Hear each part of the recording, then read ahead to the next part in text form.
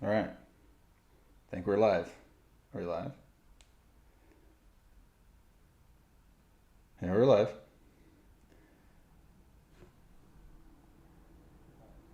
Are we live? Yeah, audio's good. Okay. What's up? So let me set myself up here. I haven't done this in a while. Got some people waiting. Let's wait for some people to join in. It's been a minute. Since we've done streams. I like doing streams. Maybe I'll get Marcos on this stream.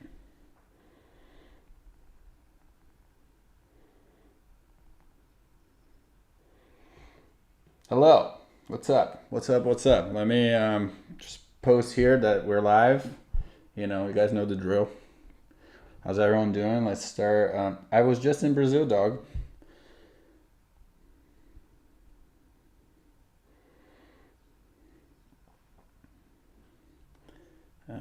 We are live. Let me just share this link on Instagram.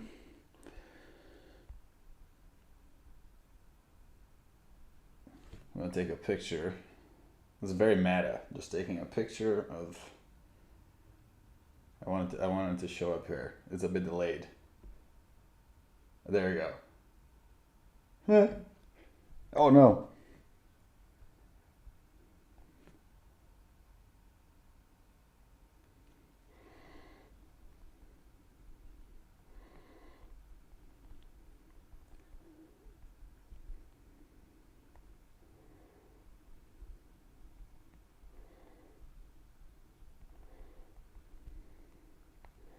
How's everyone doing? Everyone good? We're live. Come to the UK. I will be in the UK at some point. It's just the tournaments are always so stacked in the UK. It's like I can't even get in any main draws, even 25Ks. Paste. Join. Now.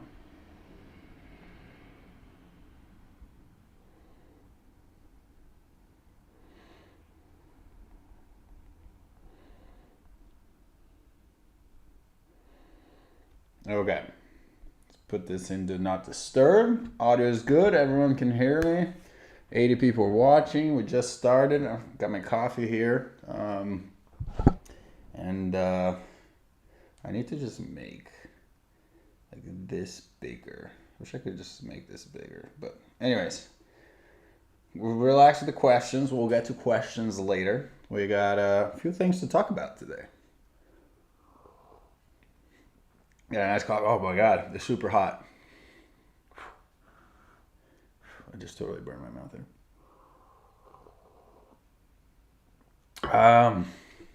How's everyone doing? Everyone playing some tennis? Anyone play some tennis today? Thanks. It was some good. I did see that Murray switched to E-Zone. E-Zone 100, is that the one? Is that the one that he's playing with? That's crazy. It doesn't make. I don't really understand it. Like, he's not. I don't even know what he's played with his entire career because it wasn't really a radical, right? Was it like a version of an old Prestige? Now to go to yeah, now to go to an E-Zone. You guys don't know. I don't really particularly love the E-Zone. I get why people like it, and I understand why it's good for some people. It doesn't work for me. But 2 hours today, James Montgomery. That's good stuff, man. But him with the E-Zone, do you guys see it? I don't know. The E-Zone, is usually like, I feel like it's for people who like really like go at the ball. Like I understood why Naomi played with it. The people had really fast hands through it. But for Murray, I find it pretty odd. If anything, I would have thought he would go for something.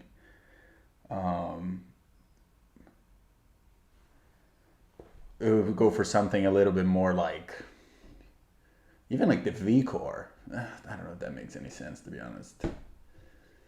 I don't know. He's been with that one thing for so long. I find it so weird. Like I thought it looked pretty weird. Yeah, I understand like effortless power, but it's not necessarily like the most powerful racket that you know. I don't know. I never tried the 100. Maybe it's more powerful than what I know.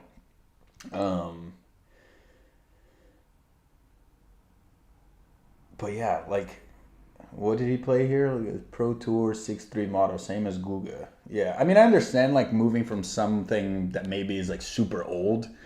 I don't know why pros like don't want to try the new stuff. I understand like you're so locked in with your racket, but like, like new technologies come out. You know what I mean? You see in golf, like why would you play with a driver from 10 years ago? It's just not as good of a driver than a driver from today. The technology is so much better.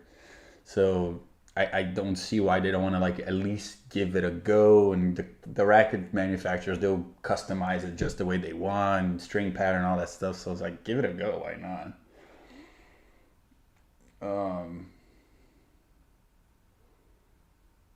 The 100 have more power than the 98. I have both. The 100 does have more power. Okay. Sorry, I'm gonna miss some of the stuff here. Yeah, the 370 grams, the way that he plays it, I don't think it works. To be honest, I don't know if it works at all anymore to have a racket that heavy because the ball is coming back so fast. Everyone is like playing so quick with the hands that I don't know if that being that heavy, it's going to continue to be a thing. I think the guys that did that have kind of fallen off, and I think now, yeah, I mean, Sampras was like that. I mean, Roger, I took way too long for him to go to the 97, right? I think he could have gone to the 97 probably in like 2012. But like, I mean, it's tough. I mean, the dude wins like 14 Grand Slams. I think the one head racket that I actually would want to try is the Gravity. I actually like the shape. The Gravity is very much shaped like my VCORE 95 that I used to play, that I might be playing with again. We'll talk about it in a second. So the Gravity like seems like for me would be the one to choose, but yeah, it's like a weird thing. It's a weird thing seeing him with a Yonex. Now, what are you gonna do? I think Yonex for a long time, they don't pay me. They're not sponsoring me. I'm trying to get something here, but like I haven't been able to. But I do think they make high quality stuff. They always have. I've had some issues recently, so we're gonna get to that in a second. But yeah, the Gravity Pro. It used to be kind of weird early on, but now I think they dialed it in, and I think it would be the head racket I'd play with if I had to play with head. We shot spot shot every recognize. Huh, interesting about the Gilbert thing on the Roderick podcast there. Rented a core, tried every racket under the sun to try to get extra power moving forward. Huh, that's interesting. Someone from Paraguay. Yeah, Los Vallejo. I thought he was pretty good, man. He was pretty locked in that day. I to be honest wasn't my best. I was a little fatigued, all that, but he really took it to me. He was taking the ball pretty early on both sides and like really making me move. I think his serve needs a bit of work. I think if I was serving a little bit better and putting more pressure on, it's just he was serving free because I wasn't putting a lot of pressure on him. But I think if a couple games there that I returned better, he gave me a couple double faults. So the serve needs to get better. But from the back, he's a pretty solid player. Returned well. He was pretty locked in. He's a good player. He's already won a challenger. He's young. He's 20. So yeah, just needs. Only thing I'd say really it's gonna be like how is he gonna figure out the serve to crack to the next level, because I think his serve can get a lot better. I don't think Medvedev is 360 grams. Where'd you read that? That's heavy. And he's so like, I don't know, he whips that thing around so easily. I don't know.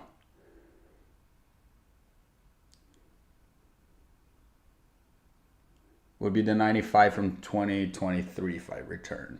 The one that I was playing with until like December, basically. I still have them. So we're going to get into that. I'm just giving some people some more time to join in, but we have 185 people already. So let me just go through a couple more of those comments here. PT57A, I believe. I don't even know what that is. Yeah, the E-Zone is light. He's going to have to put a lot of weight in that. But again, I'm sure he will. I wonder if they're going to sponsor him or if he just doesn't care. It's good for Yonex, but... Okay, 22, 3 for time zone. All right, let's good segue here from Leonardo Gatti. So first, Pro Tour updates, right? Let's go through that. If you guys haven't seen it, 2 weeks ago in Brazil, I got to my first Challenger quarterfinal, which was pretty cool. I had to qualify, had a pretty tough one there to qualify, lost 6-4 in the third, ended up playing, let me pull up here the browsing tab. Give me 1 second, we'll talk about it. Properties. Let me just find myself here.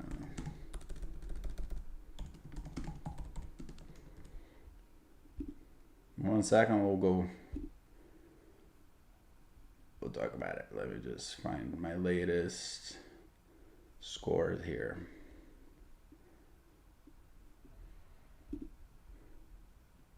Your activity here, okay. Here. Sorry, I haven't done this in a while. Properties. Okay. And then let me just make this, no, not this. Nope.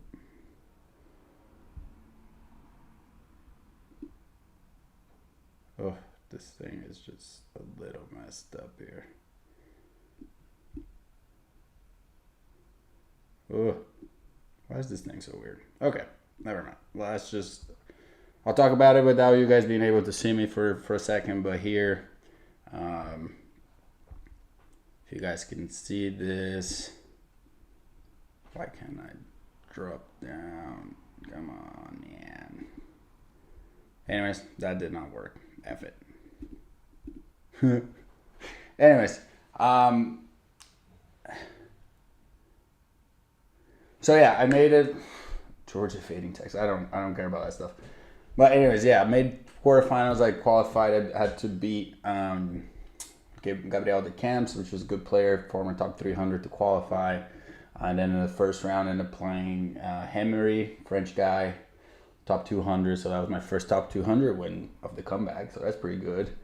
And then I played another Brazilian in the second round. Kind of took care of business too easy.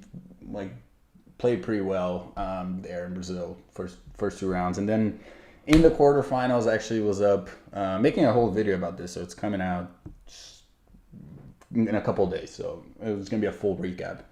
Ended up playing Facundo Mena, a guy that I know since forever, since I was a junior, and ended up playing.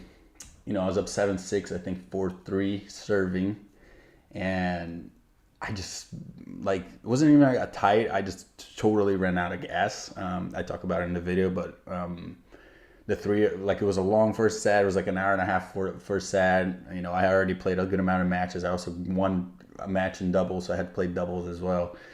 So yeah, I just at 4-3 after I got the break at 3-all. That was a super long game. I was like, whoa, I feel lightheaded, tired. So still gotta get the fitness better so I can get through that. But I was really close to that semifinal and played some really good ball. I thought if I won that, I think I'd had a really good chance of actually making to the finals. And so yeah, first quarterfinal was really good. Read my super chat for 17.5 mil post tax. Would you quit tennis forever?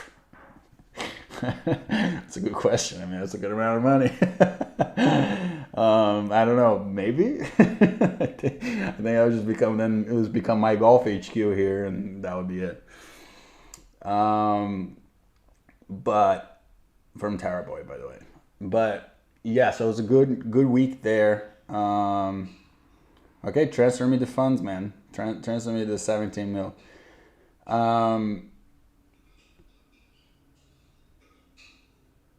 But anyways, yeah, good little run there in Brazil. It's a small challenger, it's a 50K. So 50Ks are almost like 25Ks more than like 80K challengers, just because it's a lot of guys 300, 400, 500, and there's the guys who are a little more like in the twos, a couple in the ones, but it's a really, I would say it's a really strong 25K. But it was a really good run there. Then again, the following week in Santos, I was just kind of like a little beat up. I've had a little bit of an issue with my groin recently, so I was just kind of not all there, and ended up losing. But pretty surprising kind of, I'd say, come back to clay, to play in Brazil and to play on clay. And I actually felt pretty comfortable on clay. I think the balls there helped my game a little bit. They were better to hit through the court versus lifting and getting too much spin on it. So I think it helped me. And so yeah, it was a really surprisingly good week that actually gives me a little more perspective into playing some of these clay court South American events. I think recently my calendar has been like hardcore, and now I think I can actually become a bit more fluid with playing on clay as well. I'll answer your question in a second, Wire. So potentially, I was planning on just kind of playing here in the US for the next. I have 2 weeks off right now, and then I start playing again. And I was potentially only going to play here in the US. Sequence of events that I already played for a long time. But I think I might go back to South America. There's 4 50s in a row. There's one in Argentina that I probably won't play, but then there's Lima.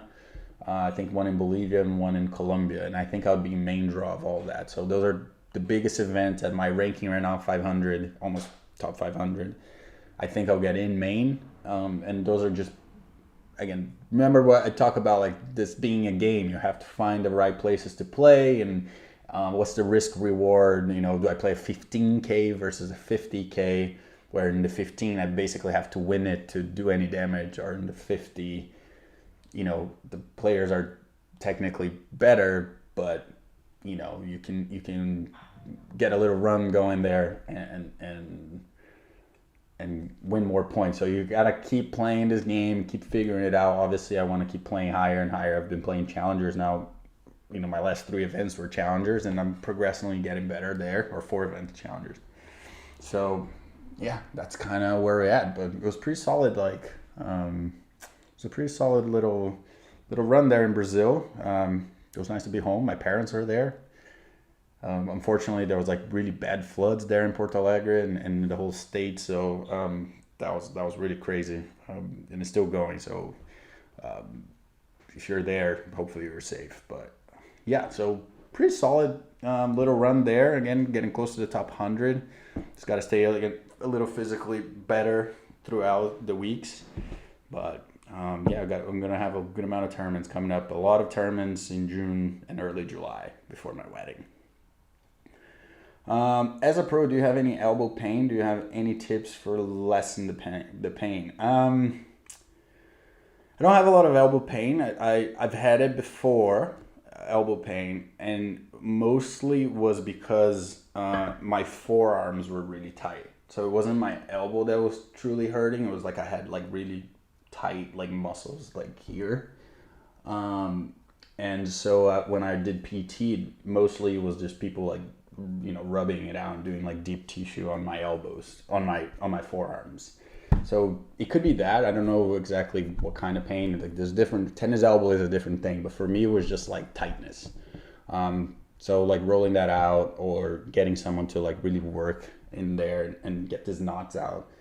Sometimes they're gripping the racket a bit too tight, and you're gonna feel it here. So like this needs to loosen up. That's something that did the trick for me. But again, I've been lucky with injuries that I haven't had that many injuries. So I'm not like really the guy to ask, but that's kind of my 2 cents on it. All right, dude, with the asking the questions about the money, like just shut up about it. Okay, like I'm not gonna answer those questions. What did I miss here as I went through my tangent? Let me see. So turn line string would be good. Team 100. Strings for the VCORE would be K-pop, guys. Like, what string do you guys think I'm gonna use? The travel costs a good amount, so actually good segue here. Guys, remember this lives that are here in the corner here, you can see it's presented by Improve. Improve is my sponsor at the time, my good friend Clay, and they're helping me foot the bill. It's really expensive. I don't know how players are doing without some sort of revenue stream, some sort of sponsor. I have no clue, to be honest, because traveling is extremely expensive. So, none of this Turning Pro 30 happens without Improve. So you guys don't have to donate anything here. If you want to actually help me out, sign up for Improve. There's a link in the description, or just go to improve.com, improveapp.com, and sign up for our school. It's a really cool platform. All the information in there is vetted by me. So basically you don't have to browse around Instagram when people are saying you just gotta hit inside out with the racket and that's how you're gonna hit like the pros. I'm like, what is that? Don't do that. Join the school. It's pretty cheap, and it's the best way to support my career. So check that out. Again, presented by Improve. Thanks Clay. Thanks Improve. We'll talk about it a little bit later. But yeah, it's very expensive. I don't know. I really don't know how players do this.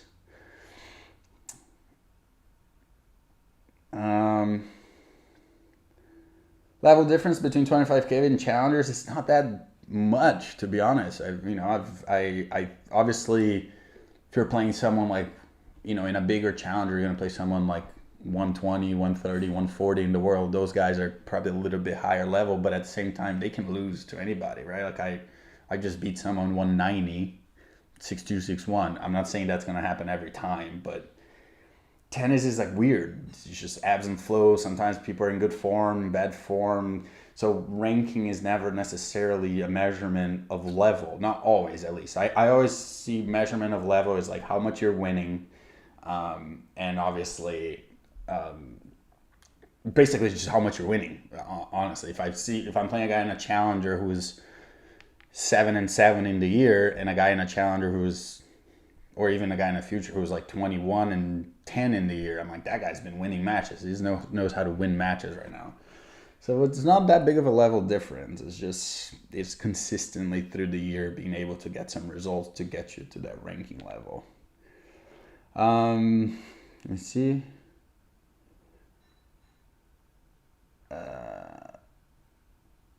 I'm not doing any grass events in Europe this time.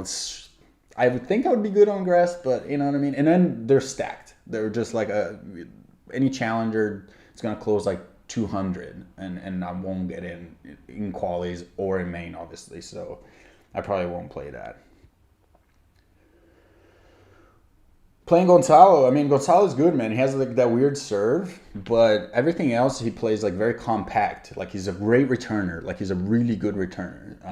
And he doesn't kind of let you breathe because he plays so compact and he just like takes it early, and he's a funny guy. He's not afraid of smacking the ball. He really truly smacks the ball. So he's just hard to play. Really, there's nothing. He's obviously top, 250, 230 for a reason. He won 90 matches last year for a reason. So funky strokes, but like I never really look at the stroke, right? It's like what is he getting from his strokes, and he gets like the right thing from his strokes.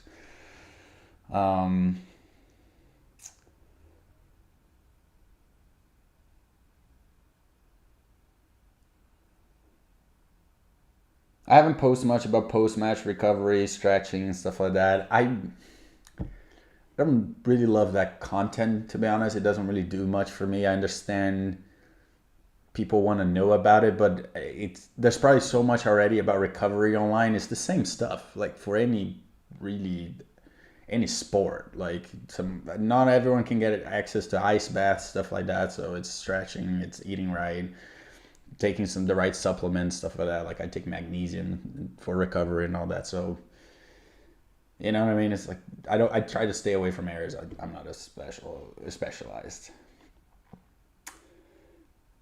Hi, that's his name. Hi, he. Do you have any thoughts and tips to train with anticipation in tennis? Try to do something you can train specifically. Any pros you think does it well? I mean, most pros are good at anticipation. Sorry, like that was worded a little funny, but anticipation is just like awareness, right? Like awareness of like what's happening, how the ball just came off your string. Like, did you hit a good shot? Did you even a better shot than you expected? Did you hit a worse shot than you expected? And what each ball is going to do to the opponent? Is it keeping neutral? Is it putting him on defense, or is it bringing him to offense? So it's just kind of like highly being aware of like what you did and what your opponent's options are, right? So always paying attention to that. Just hit a ball to their forehand, great, is deep. You know, maybe they have like a Western grip, they won't be able to like do much with that. They're just gonna lift. So you know, like it's time maybe to attack. And if that doesn't happen, you have to do it again and again. So anticipation is just like really awareness. And the patterns in tennis are pretty simple, right? You go down the line, they go cross a couple of times, maybe someone goes down the line. Like you just there's a fluidity to it, and you want to guide hopefully the ball and the point towards where you want it to be played, right? If I break top 100, would I still be able to publish on YouTube? I hope so. All right, someone asked Lacoste sponsorship. That was the second thing, and we started 26 minutes ago. It just kind of keeps going here. We just kind of keep vibing, and it keeps going. So a lot of people have asked now, like, because I posted pictures, I'm wearing the Lacoste stuff. I'm sponsored by Lacoste. I am not sponsored by Lacoste. They have given me free clothes. Again, because of the reach of the channel, it's somewhat easy to get product from brands. I had outgrew my VCORE clothes because, they were just kind of a bit too small, and I needed some clothing that had spoken before, and they agreed to just send me some stuff. So I'm wearing Lacoste for now. It's great. I love their clothes. I kind of like the vibe that they're giving me. A lot of players are like, wow, you're Lacoste now. It's kind of funny. The Lacoste has a little bit of pull. The shoes are really good. I'm surprised by how good the shoes are. So I don't know how much they cost, if they make any sense financially for most people, but I thought they are really comfortable. I'm really enjoying wearing the shoes. I had to play with Nikes in Brazil because it's the only clay court shoes I had, but I will be going back to Lacoste shoes for hardcourt again. So really good stuff. I thought their clothes were really good. I didn't think they were gonna look as good on me, to be honest, but I kind of like the way they fit. But yeah, I'm still waiting on someone to like really want to sponsor me. Like again, I'm not gonna do it for product. That makes no sense. If they want to sponsor me and pay me at what I believe it's right, I would do that. But again, no product sponsors. Just like, you know, we have the video sponsors now, and they've been helping me a lot with financially and with products and all that stuff. So everything that I pitch on the channel is stuff that I really use. So that's been awesome. But not full Lacoste sponsorship, but I wanted to clear that because a lot of people have been asking when I post stuff. But shout out to Lacoste for sending this stuff. It's really good. It's really, really nice stuff. You know, you can send me some dress clothes as well if you want. Just hit me up. Yeah, $190 for the shoes. I mean, it's a bit expensive, but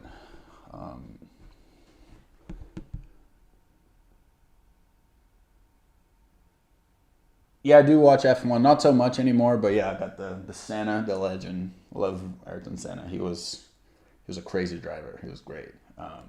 He was just a fearless dude.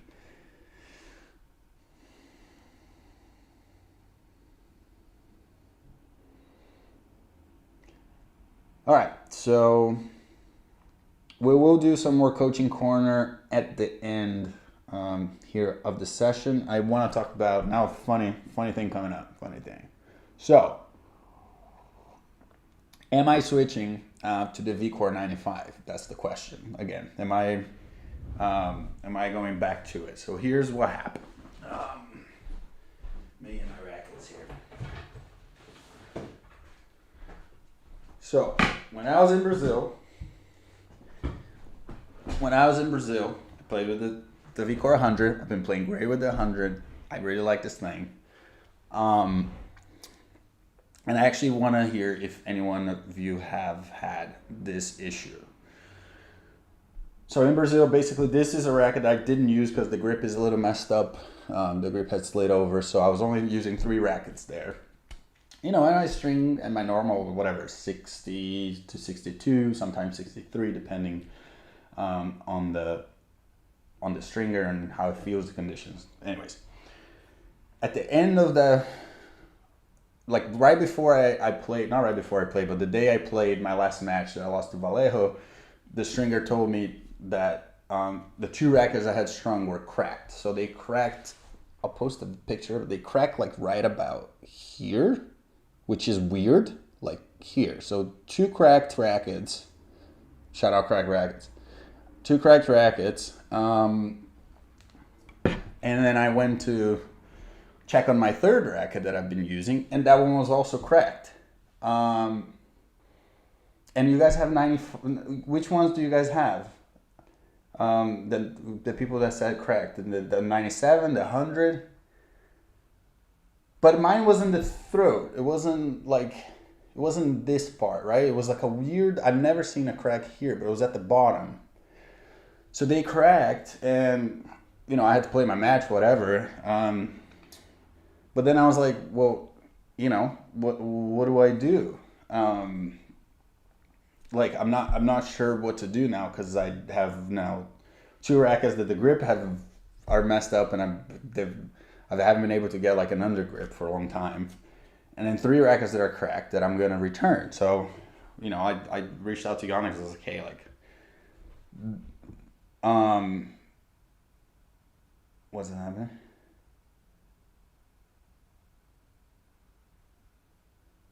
Yeah, so I was saying, like, okay, well, I need 3 new rackets like ASAP, right? Because I am not. What am I gonna do? I don't have rackets. I have 2 rackets. But unfortunately, one, they're out of stock, and the only ones they had in stock were they didn't have the grip size that I use. So I was like, I don't want rackets with the wrong grip size, right? So it's been kind of like, I'm not gonna do that, right? And then the other part of it is, yes, I've been playing like really well with the. It's weird because quality control, like with Yonex, has always been amazing. So I don't want to say it's a Yonex issue. I don't know exactly what happens. Like, I've never had any issues with Yonex rackets. So, you know, I'm just telling what happened.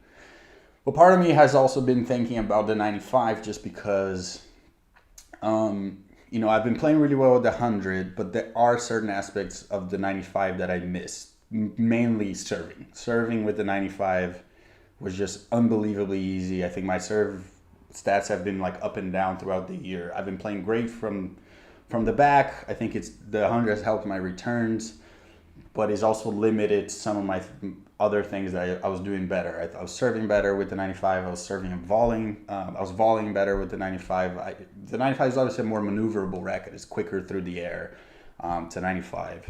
And the 100 is just like a little bit slower, it's a little more sluggish. It's great for certain things, especially when I pick up offense and I'm like really putting that ball down. But for certain areas, I felt like I've been feeling like it's maybe not helping me as much. So it's like, what trade-off do I want to do? So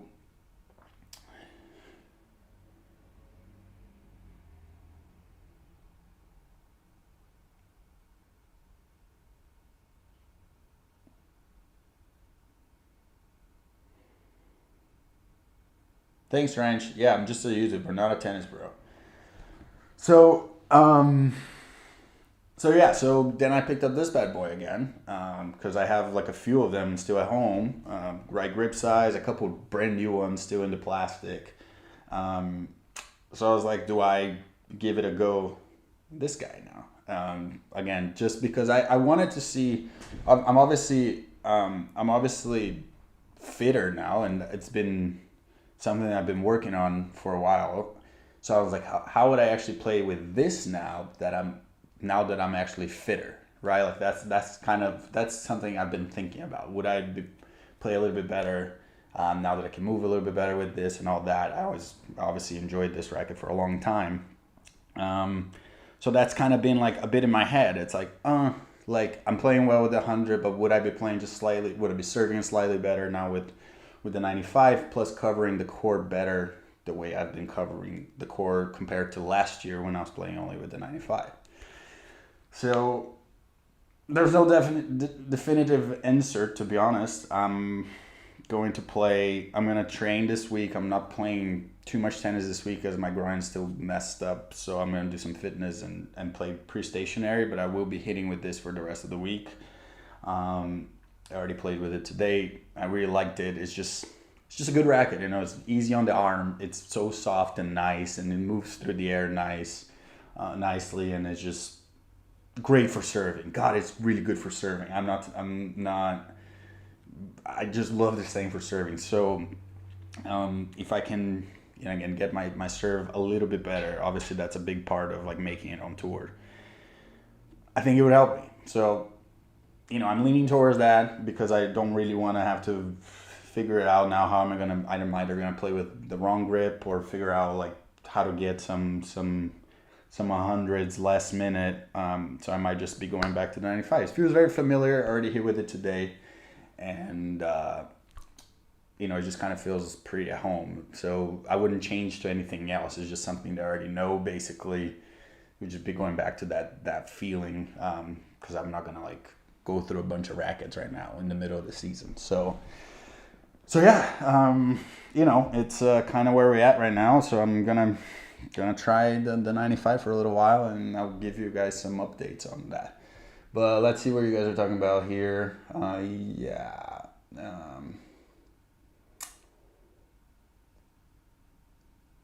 I think I don't know what Fonseca. Someone told me Fonseca is a 95. I might be wrong.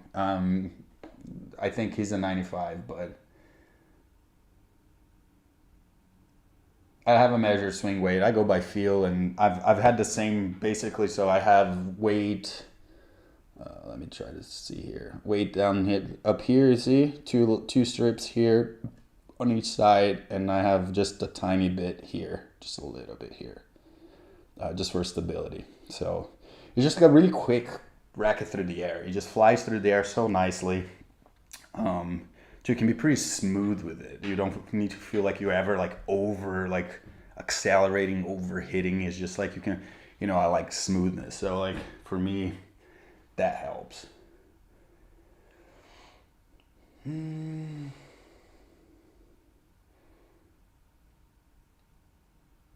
Yeah, I mean, I like the Percept for recreational players. I think it's a great racket. Don't get me wrong, it's a great racket. I don't know what's happening with the cracking. If you guys had, I think someone said theirs cracked as well. If you guys had if anyone else had their like Percepts crack, just drop a comment here.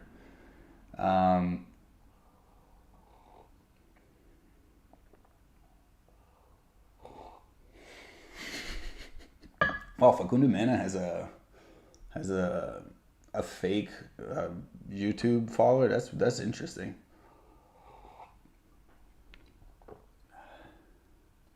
Yeah, like an Argentinian would say, "I smoked you, bruh." I don't know. I think the 95 is a little less power than the 98.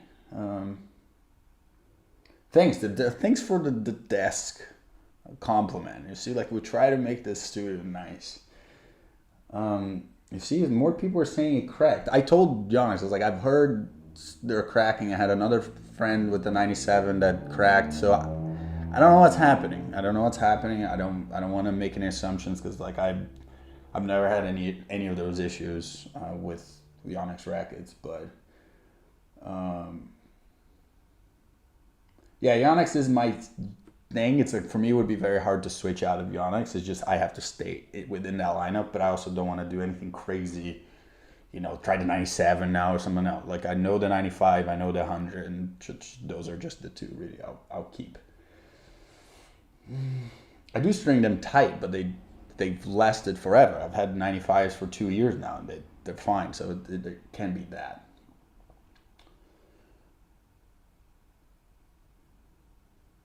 I've seen their Tango rackets. I actually think they're like kind of cool.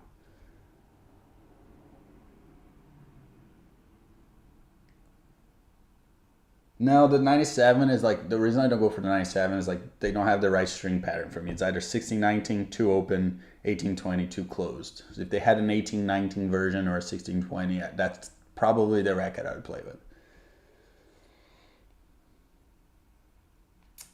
Thoughts on Freund?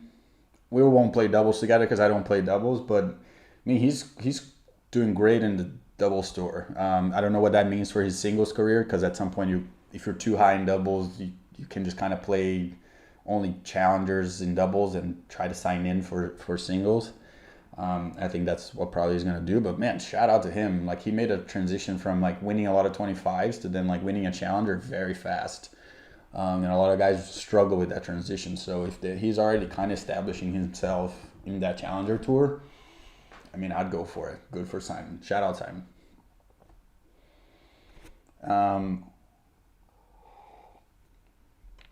Marcos, I don't think has had any issues with his, but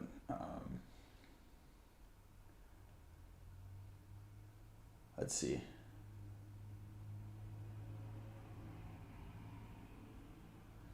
If I made enough money the last few tournaments to make break even, no, not at all. That's funny. That's a fun question. Definitely did not make enough money the last few tournaments to break even. Closer. Because in challengers, if you get in main draw, they have to pay 5 nights of hotel. So that's pretty big. For a lot of players, like the hotel is what kills you, right? So 5 nights of hotels means that like even if you lose Monday, you can stay there, train till Friday, go to the following event, maybe pay like 2 nights of hospitality, and then get it again.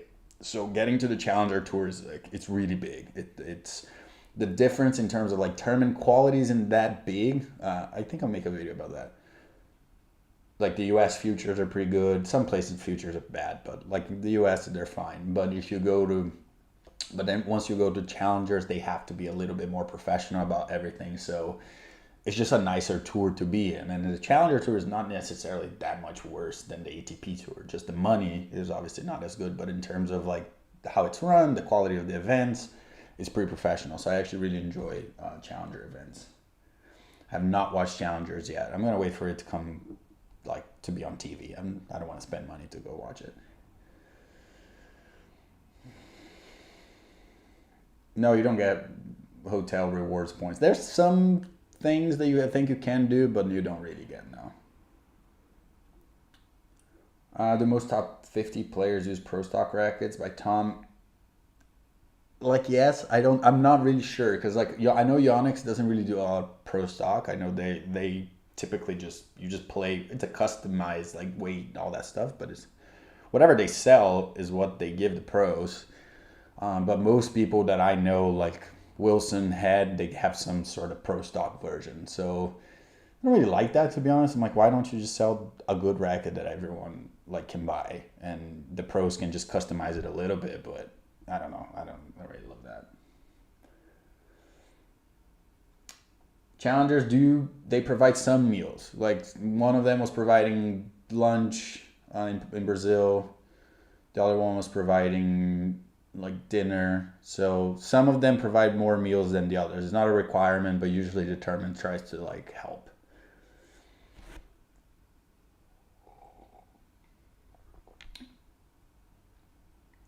Miguel Roda. How could the distribution of money be better if you're in charge of ATP? I think basically like I think what would really need to happen is that like a substantial growth in prize money in slam qualities. So like let's say if you qualify for a slam, you're let's say 230 in the world, right? qualify for a slam and you lose first round of qualies, you make like 50,000 or like 60,000. I think that would solve a lot of issues already, because that would give like guys 100 to 250, at least that guaranteed of a big paycheck. I think that would already make that would be the easiest, not think too much about it. Not like, because the problem is the business. There's too much bullshit involved side to side and ATP, ITF and blah, blah, blah, blah, blah, blah. So there's too much going on. But if they could just do that and really up the level of prize money in the slam qualities, it keeps guys afloat. Now, to flow down to challengers, a whole different ball game. I think tennis is still very reliant on a few events, on ticket sales and stuff like that. It's not a great TV product in a lot of places, so there's a lot that needs to be done. I think it would be a whole like video, to be honest.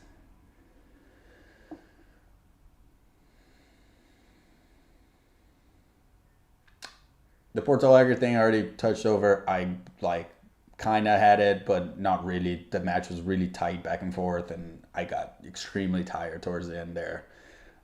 After a long first set, a lot of long games, and I just kind of, the wheels fell off towards the end.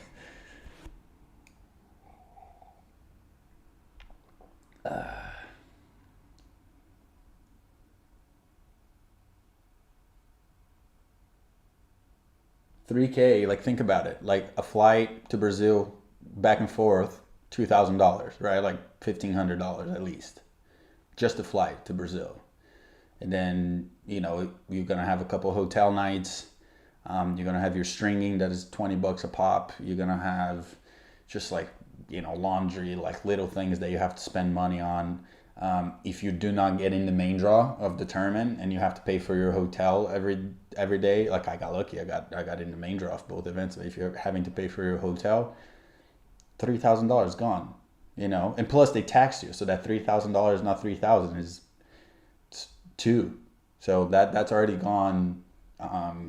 That's already gone. Like by the time you buy your flights, you know what I mean. So it's nothing. It's like you traveling around the world is very expensive. Buying flights last minute, you know how it is. Like that money people see on the ATP website, they're like, oh, prize money that you've gone. We don't even think about that money. It just goes immediately to pay the credit card bill. Unless you really you win one of those, like $5,000, something like that. But again, you already I made that. If I made like $6,000 to win a tournament, I'm already like, okay, well, I gotta spend 2.5 here to pay for this trips that I already just had, and then I have to okay, now I have an extra 3 here that will pay, at least will cover the next few trips, and that. And that's kind of the game people play. A lot of players survive because they play. Now it's gonna start. They play club matches in Europe, and they get paid really well, 2, 3, 4, 5, 10,000 euros per match. So a lot of people do that in Europe. I'm not planning on doing that, but I'll do that in the future maybe. But a lot of people do that. A lot of players are going now to Europe to play club matches. So so that money just doesn't really go that far, man.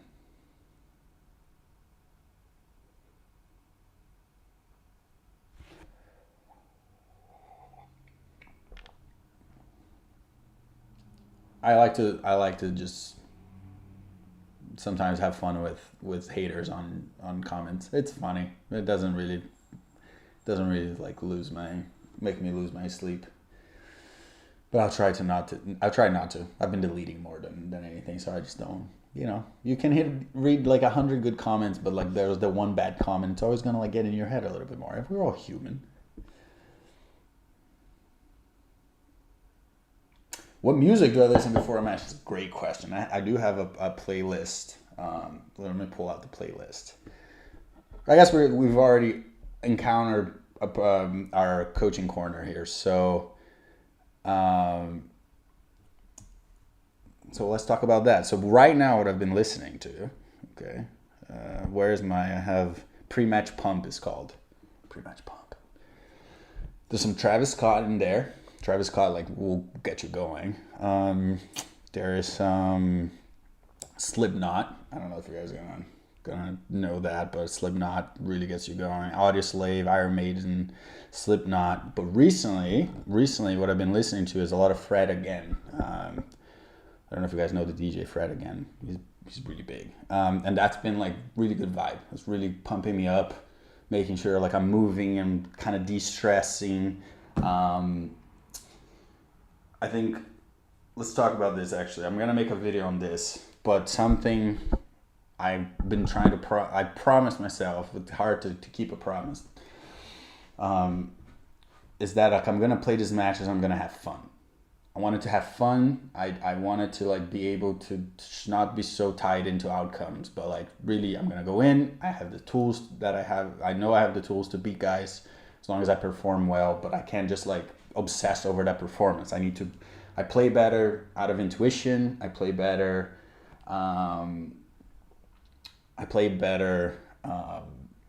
when I'm free that way, right? Like when point by point, I'm just shot making, just making sure I'm just creating chaos however I can, point by point. And this last, in Porto Alegre, I was mentally so good. I was like in a really good place, like listening to like Fred Again before and just kind of like moving my body and just like tension is, if you move, tension goes away, right? You want tension to go away.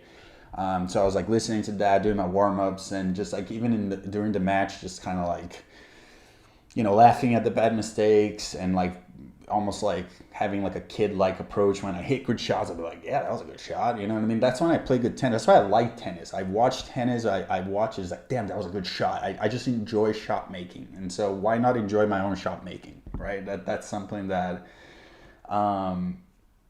Kendrick, not Drake. And so that's been something that it's been really important. I'm going to make a whole video about this just because I think we can get so obsessed with, you know, how to get better and all sorts of lessons. And especially when you're playing on tour, if you feel like you're not playing great, you're getting stagnant, you see people leaving you behind, and you can get in your head about it.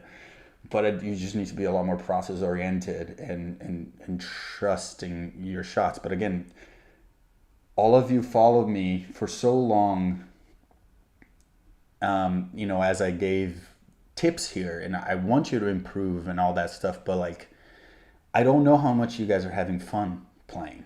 You know, have you asked yourself that question? Like, am I actually enjoying playing this? Like, I played the match, maybe I lose, but was it fun? You know, it's like when I play golf, it's like, I love playing good golf. I've had some great rounds in my life, but the most of it was just fun. I'm with my buddies, I'm playing some golf. I'm not going to be a pro at this, and I enjoy it, right? So it's like, if you guys aren't pros, like, have some fucking fun playing this. Jesus. Because otherwise we just worried so much about like so much BS. So that's been sort of my compass now. Like, I want that to be the direction, and that doesn't mean I'm not going to be competitive. That doesn't mean I'm gonna like be okay if I lose. But at least I'm enjoying while it's happening. I'm more present. I know what's happening better than just like, oh, I'm tense. Oh my god, I'm gonna win or lose. So that's been something that it's been very helpful. And I also read this book, or I listened to this book. I don't read. The War of Art, not the Art of War, The War of Art. And that's a really good book if anyone wants to check it out. I don't want to really go into details, but it's a really great book in terms of like, you know, allowing yourself to perform at a high level. How much money do you need to make a year to have a good, decent year to cover all the costs? I mean, I think you realistically, if you make 100,000 playing after tax, you're probably going to spend like 60 to 70 traveling, especially as you get better. You're also going to travel with a coach, so think about those accommodation expenses, all that stuff. What do I do to loosen up before matches? Dance. Try dancing. Put like a nice song and just like move around. Let the tension go away. Let it pass through you. So yeah, that's kind of like that's where I'm at. And I'm gonna make a video on this pretty soon. It's on my next next video list to make here. But that's something that, at the end of the day, I said it on the last video. Like, I don't enjoy being on tour. I like being at home. I'm kind of a homebody. I like being, with my fiance, with my dogs in LA, playing some tennis here. The traveling part really breaks you down, especially when you're 30. You're alone a lot on the tour. It's a difficult thing. The business of tennis is not easy. Playing tennis, it's enjoyable. So it's the only thing that I really enjoy about playing is playing. Is actually playing, practicing, feeling like I'm getting better, shot making, seeing guys playing good tennis. I enjoy that shit. So I need to allow myself to actually enjoy those, regardless if I win or lose. Because otherwise, it's just what's the point? You know what I mean?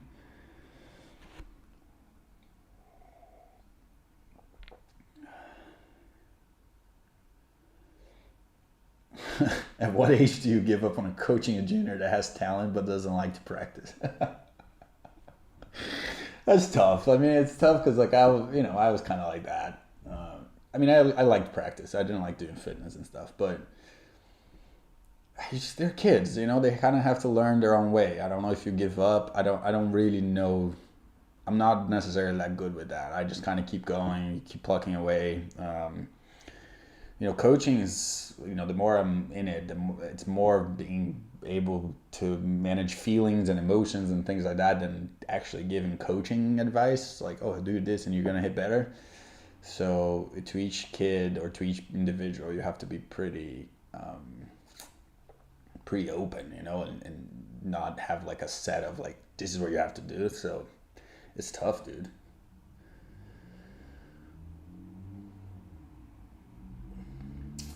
Yeah, the travel is the overwhelming part. Is the part that I really hate the most, and that's why I've seen I do little blocks, right? I do 2 weeks, maybe a week at home, or 2 weeks at home, then 2 weeks again. I try to manage that, so like I know by the end of a big stretch of weeks, I wouldn't be playing that great, so I might as well like cut them shorter but do them more often, and then feeling like at least I'll get like, because it doesn't matter if you go to a sequence of 5 events and make quarters.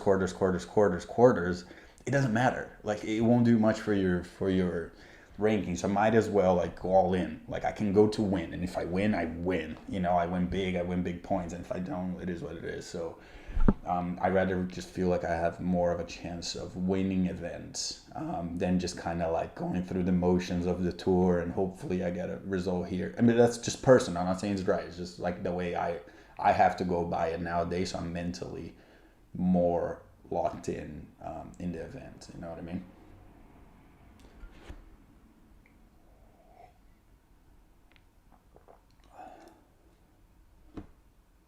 I'm working towards the top 100, but it's one thing at a time. It's 500 now, and 400, and then 300, and hopefully establishing myself. I don't know what I have in my mouth. Hopefully establishing myself on the Challenger Tour and play a lot of Challengers, and then chip away there. It's if you're not, again, a Fonseca level talent, you have to kind of slowly get through it, and it's just the nature of the sport. There you go. I got it.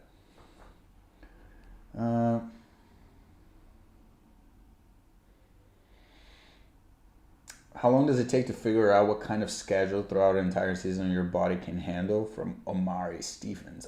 At my age, like, you kind of understand at this point. Like, I'm still figuring out scheduling as I go too. Like, going to Brazil was a bit of an accident. I was planning on just going to Mexico, and it happened, and I went, and it worked out. And I'm actually might go back to South America, like I said earlier. So, I work a lot by feel, just like how, unfortunately for me, that's just kind of the way it is. And sometimes the feels are too strong, and like maybe I'm leaning towards that too much. But you feel if you have if you're about to have a good week, or if you're just like fried or whatever it is really difficult. Again, level versus ranking, it's two different things. You know what I mean? It's like some guys can play so much. They can play 40, 50 weeks in I saw a guy that recently played 51 events last year. He had 1 week off. How's that possible? I don't understand that.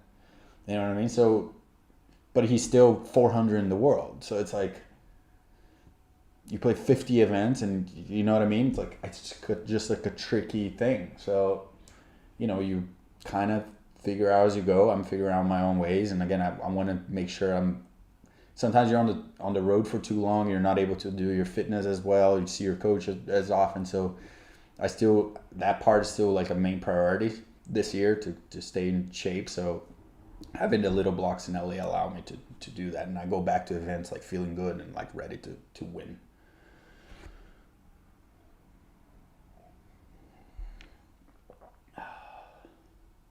The UTR circuit is still a thing. I'm not playing because I don't have time for it, but I would play it if I'm just kind of having a week in LA, and it could be a training week. I'd play.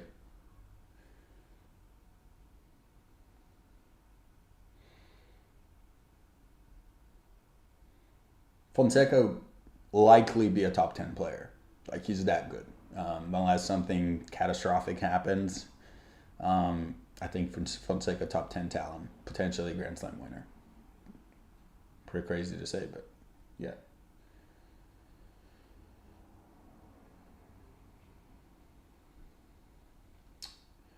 Who does he play?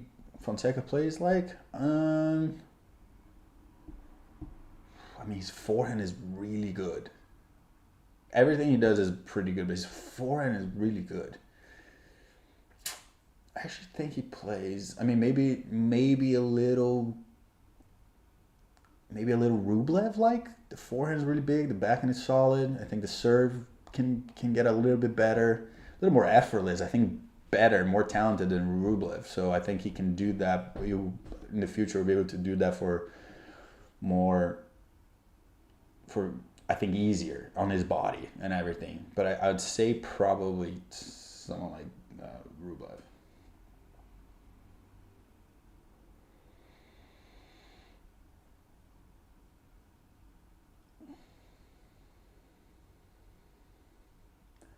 Let's see. See if I missed any other questions there.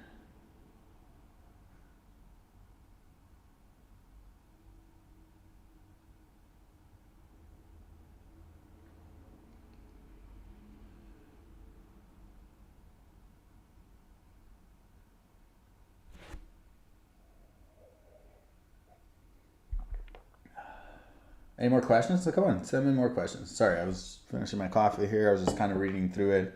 It got quiet.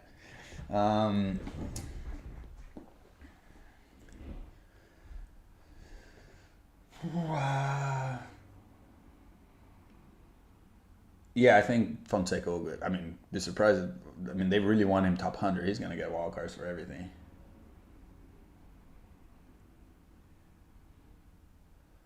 The match fixing. No, I've never done match fixing. There's been a lot of players that have gotten caught with match fixing. It's at the end of your career. Like, one should never do that. That completely takes it away, the integrity of the sport. Doesn't matter how much money you're offered. It's a crazy thing to do. Like, I don't think I could do it. It's insane. But I know guys that were playing futures and traveling first class back in the day. So the math doesn't add up here. Ted Porter, lefty strategies. You know what you do, Ted, as a lefty? You play high and heavy cross-court forehands all day. High and heavy. Watch Cameron Norrie. High, heavy, cross, high. Doesn't have to be deep. Just angle outside. Right? And then you can work on your backhand to take that backhand early into the cross-court. Just play cross all day long. Just play cross. Just be a nightmare all day long. Have a good backhand down the line so you can always press guys' backhand. And then whenever you can, just poke it down the line, make the guy kind of be honest. Few arms. Obviously, he can't just sit on the backhand side. He has to respect her down the line. But here, all day, boom, to the backhand. Oh, down the line, run there. And then back to the backhand. Oh, run there. And down the line, oh, run there. Oh, you go to my backhand, I'm going to make it run there. And then I'm going to go back to your backhand. And you should do that all day long. Make him run more. Slice serves. Work on that slice serve. Don't worry about flat serves. Just slice serves. Keep it chill. Call it a day.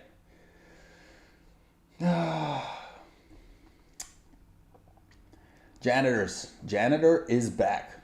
Thanks for the donation. What is your thoughts on ATP WTA being sold and possible limiting tournaments to top 100? It's a tough one here. It's a tough one here because, like, I think when I was traveling with Marcus, I did think that the tour needed to be better, right? Like, I know they make a lot of money, but I think the tour is very, like, no one really cares about 250 or 500 unless it's like in your city, right? And I think the tour needs this sort of less is more approach in a way. Like, you have 20 events or 22 events a year where everyone plays. Like, there's not a guy playing Buenos Aires and another guy playing Rotterdam and another guy playing somewhere else. Like, everyone goes to the same event. We just go from here to here to here to here. And we just play those 20 events. By September, after the US Open, we're done with those events. And whoever can stay in the top 100 stays in the top 100. Whoever is relegated gets relegated, let's say, right? Or you do it for 128 people or 150 people, right? And it's still an ATP system, so there still should be a pathway through and a pathway down. The problem is this part, the pathway, is how to go down, how to go up, especially how to go down. It can't just be a situation where a guy can just tank his way and stay up there and get wild cards. No, it's very clear. This is how we go down. This is how we go up. And I do think, like, if the tour was like that, in kind of like Andy Roddick, he said recently, right? Like, why not finish it, in September and then have like 250s, whatever, at the end of the year for guys who want to chase points. I actually don't mind that idea as well. So a less is more approach, I think, would be better. Everyone likes Indian Wells, everyone likes Madrid, everyone likes Monte Carlo because they're events. People want to be there. It's not just about the tennis. They're big events. They're things that are enjoyable. And I think, like, the dilution of tennis in terms of, like, there's a tournament here, a tournament there for most weeks is problematic because you don't get all the talent playing in the same place. So I actually do believe something like that needs to happen. But again, provided that there's a clear way to get there and a clear way to fall out. And that's always going to be the problem because they're always going to care too much about the top hundreds. A guy like João Fonseca is going to get all the wild cards he can get to his top 100 and he'll never leave again. And that's the problem. Even right now on the tour, they took away points in challengers. They added more points in ATPs. So now it's even harder to fall out versus you have to win so much to just even break through the top 100. So that's always going to be the problem with tennis, or hopefully at some point it's not the problem with tennis. But that's my 2 cents. I actually do believe something like that needs to happen. I don't care, like, the Saudi stuff. I don't care where it's coming from. It could be from the Grand Slams, like, whatever. But I think it would be a better product if it was a smaller, just package that would you just sell it to TV for a lot more money. Here, all the players are going to be in here. Money is going to be crazy. Like, we can have, like, every tournament, like in the PGA Tour. Like, these guys are making like 3-4 million per win, right? If you finish in the quarterfinals, you make like $700,000. Like, I think the tour could be a lot better. I think guys are still undervalued. I think guys 50, 60 in the world are still not making as much money as they should, provided how hard this sport is. They should be making a lot more money. I think Marcos should be making a lot more money than what he makes now. And so that's kind of like my 2 cents. And then again, provided that I think that gets better, the second division gets better, the third division gets better. Does that make sense? I think if the tour gets better and makes a lot more money, hopefully it trickles down into the second division. I think the problem is we're always like, oh, well, like, they have the money, challenger should be better. But I'm like, but why? The challenge, I get it. They're all very good. They're very good players. But it's not like it's an event that sells. It doesn't bring them any money. It loses them money. So, like, if they have more money there, then they can put more money here. Otherwise, it's just like, it's business. It's tough. It's a freaking business. It's an entertainment business, and that's a difficult thing to solve. So that's my 2 cents. I went on a rant, and I hope that answers your question.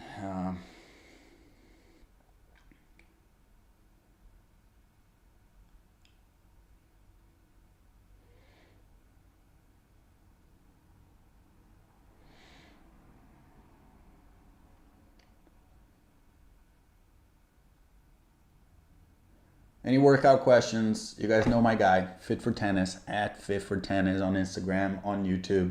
That's my guy. He's getting me fitter. He has all that stuff. So I'm not the fitness guy.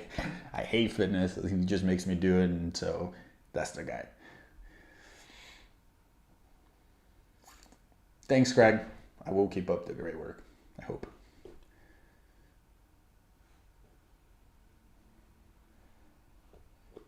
I actually think, yeah, 250s should be challengers. ATP 250s should be challengers. 500 should be like these like premier events, and you just like you sell it in a different way. 250s kind of go away. There should be like a ranking limitation too. Like if you're playing like that top tour, right? Like let's say 20 events a year, you can play challengers. You have to survive on that tour. If you're not good enough to survive on that tour, boom, you're out.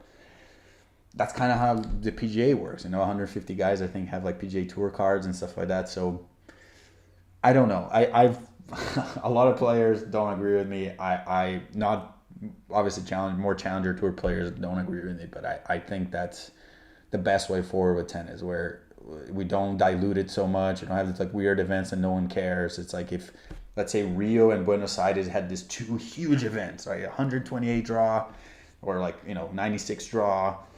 All the top guys are going to come. Buenos Aires already has an amazing tournament. It's a 250, 500 in Rio is really big. Can you imagine if it was like all the players? If it was this huge event, people from all over South America would come watch those events. I think that would be a lot better than what happens today. Some guys choose to play here on clay, some guys choose to play there, and where's everybody? Like we want to see them battle every week. So I think that's what I would like to see.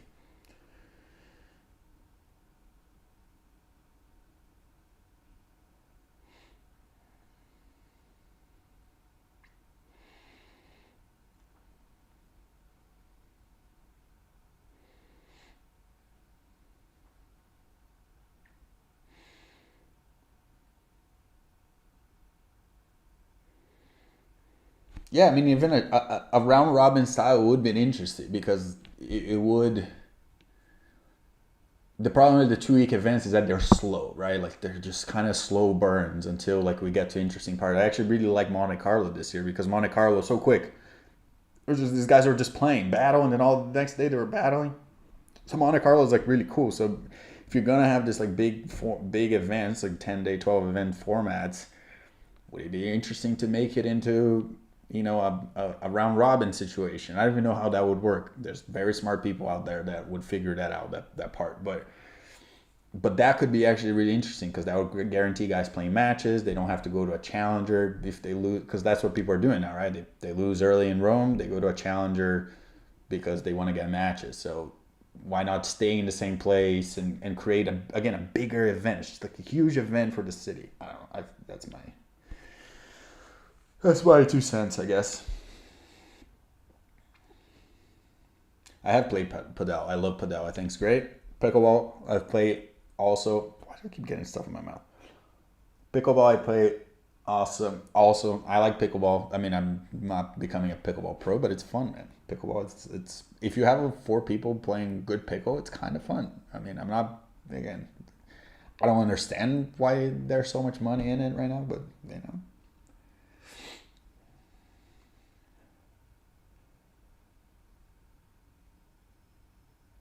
it's something like that. What are you talking about?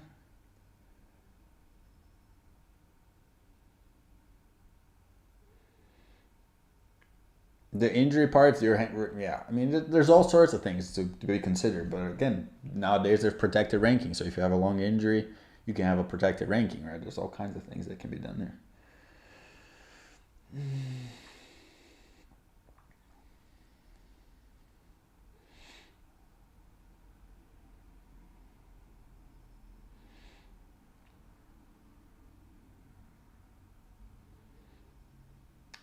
Yeah, the 95 has a little bit, John Raphael here, a little bit higher launch angle than the previous one because the squares are a little bit bigger. I have a whole review on this.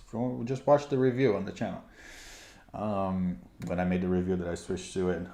But I'm not breaking more string, to be honest. I didn't, at least when I was playing with it. I don't really break a lot of string.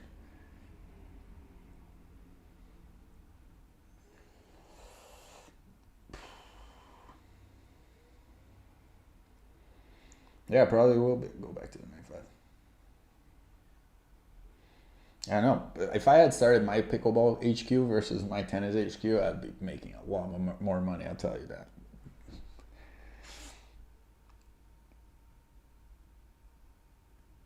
Tad Porter, coaching corner here. How to play against players you know are stronger than you. Stronger in what way? Stronger, just like better level, or stronger, just stronger? Because if they're just stronger, are they good movers? You know, if the worst thing, the worst kind of pressure one can apply, like on someone, it's moving pressure, right? Like you just kind of know the guys are gonna get to ball. So I always tell people like the only way for you to get better if you move better. Just hitting the ball, just thinking you're gonna hit the ball better and to getting a higher level, it's just a silly thought. Like moving better is always the easiest way to level up. So that's the kind of pressure you always have to apply. You know, even if you're playing someone who's better than you, but you can show them that you can move and put enough balls on the court and be like, hey, if you're gonna beat me, you're gonna have to hit 40 winners today. Otherwise, I'm gonna be here. That's a way to add pressure. The problem is most people, you know, they don't move very well. They don't trust their consistency. So that goes hand in hand. But moving and consistency are the number one things, I guess. Like the top priorities, and then serve and return very close second at this level. Like my level of serve and return, I think is the number one priority. But at this level, consistency, movement, don't hit a lot of double faults, make a good amount of returns, make the guy play. That's usually like that would take you far.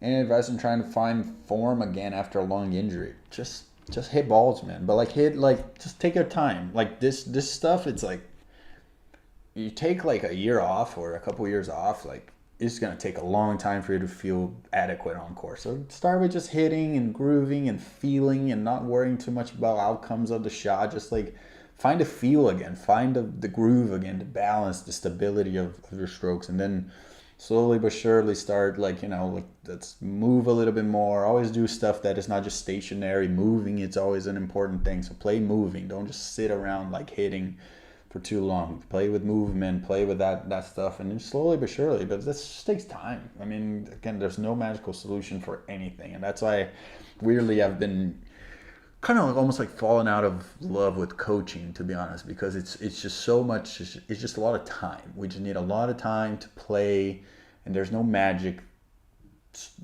solution to anything. It's just time, and it goes away and it comes back, and it's just the way it is. I've had a hard time honestly with even like making coaching content recently, just because I'm like, as I'm kind of going through it now, I'm just like, man, like there's no, I wish I could find like a hack for me to just be good all the time, but I'm not. And so it's a tough thing to preach even, right? Because you're just struggling with your own game a lot. And you wish like I could watch a video and be like, how do I fix this? I've been watching so many videos of my own serve from like 6 months ago that I was serving a lot better, and just trying to find that feeling again, finding that rhythm again. It's a weird thing. It's a weird sport, and just the way it is.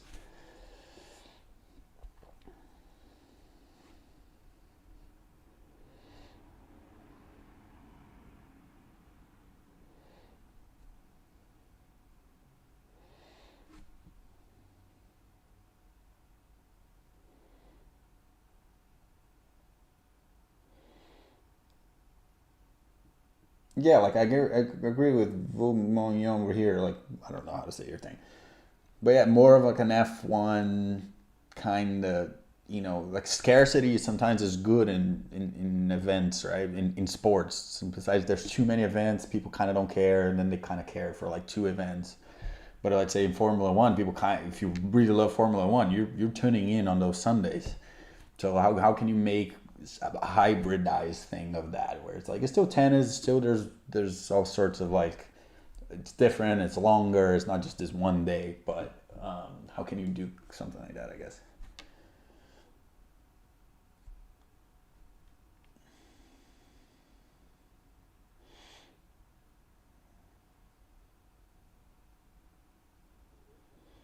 Who would you say is your favorite Argentinian player? Is that what you try to? My favorite Argentinian player is Nalbandian.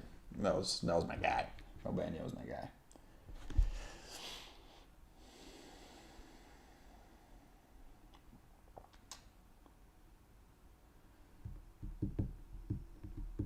Anything else? We're gonna start wrapping up, guys. Drake or Kendrick? I already replied that Kendrick. I probably will. I mean, I have to go on a good run here to be able to make to a Grand Slam qualities. Only U.S. Open would probably be realistic. It's possible, but mostly gunning for Australia. That would be the goal. Like Australia qualifier, finish the year 230. That would be ideal. So I have to double my ranking here. Oh, actually, Delpo and Nalbandian. Nalbandian is still number one, but Delpo was the man.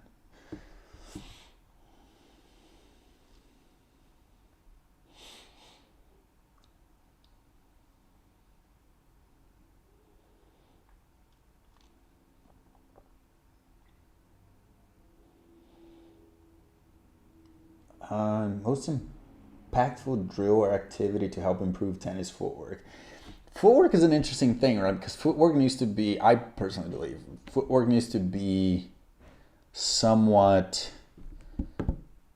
like you're not thinking about it, right? So like I grew up playing a lot of sports. I played basketball, played soccer. Like you just like you're always moving, you're always in motion, right? Like in tennis, it's tough because you're learning strokes, and then you have to learn to move. Where in other sports, you're just kind of moving and kind of figuring out on the fly. So, you know, good footwork just comes from like being in good shape and getting a lot of reps. And, you know, if you follow again, my guy Fit for Tennis, like there's a lot of stuff there. Then it becomes just more natural to move. Obviously, there's basic stuff, split step, and like which tennis is played on one leg, right? You're always on one leg hitting. Like you're transferring weight, but like there's always like the balance is on one leg, left leg, right leg. So just always having the strength to do that and being stable. Stability is a key part, like having that nice Y shape and being stable is a huge part. That's what Novak is so good. The guy's never, you know, he said it recently. He's like, because of his concussion, he's like, I didn't feel balanced. And that's a crazy thing because he's always balanced. He's always balanced. He's always on point. Balance is a huge thing in footwork. So you don't have to be very fast, but you have to be balanced. You have to be moving. You know, obviously you're going to move in different speeds according to the shot. So there's a lot going on.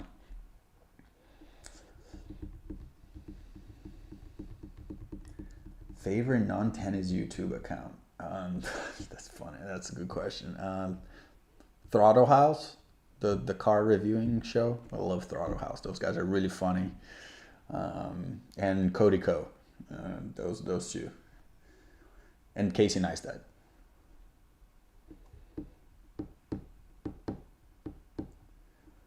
The UTS format is not the future, but it's something, and it's something to like add on. If the tour was small, the schedule was shorter, you could have more UTS stuff happening, and then so people can play that, make more money. It's a fun event kind of thing. That's not the format that pro tennis will ever be, but it's just a different thing that could happen. Let's say if the tour finishes in September, you have, you know, October, November, a little bit of December to just do experimental stuff. It's not as serious. Players don't have to like go crazy about it, but they can make some money, work on their game, and still provide an event for tennis aficionados. Yoga is great for tennis. I do yoga. Yoga is really good.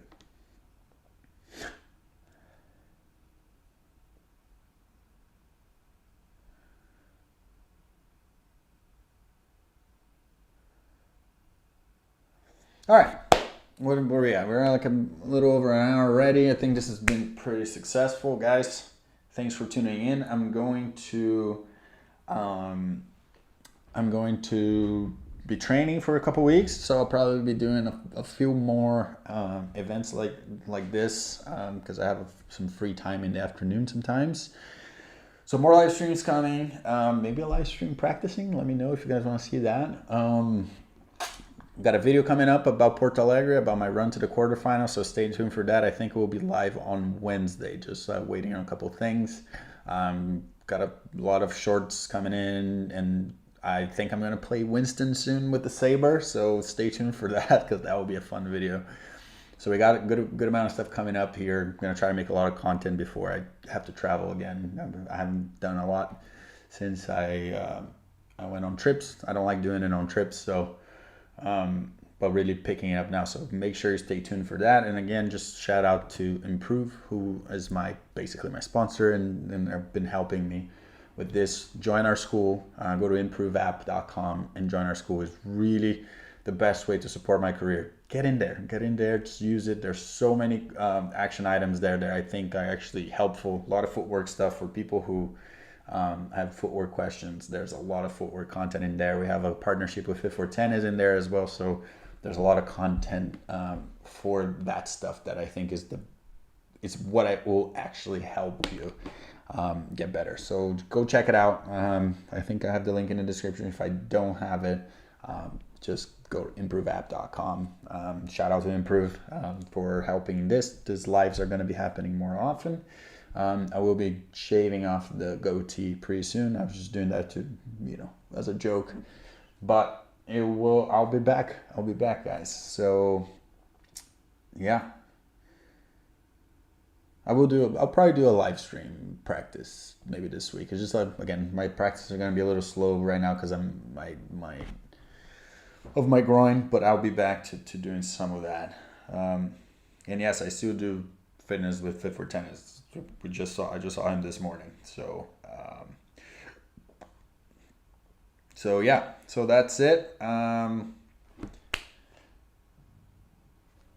see you guys. Yeah. Oh, sorry, I was reading something. No, we're good. All right, thanks for joining. I appreciate the live streams. I like doing the live streams. I'm gonna do it again. Join our school, improveapp.com, and I'll see you guys on the next one.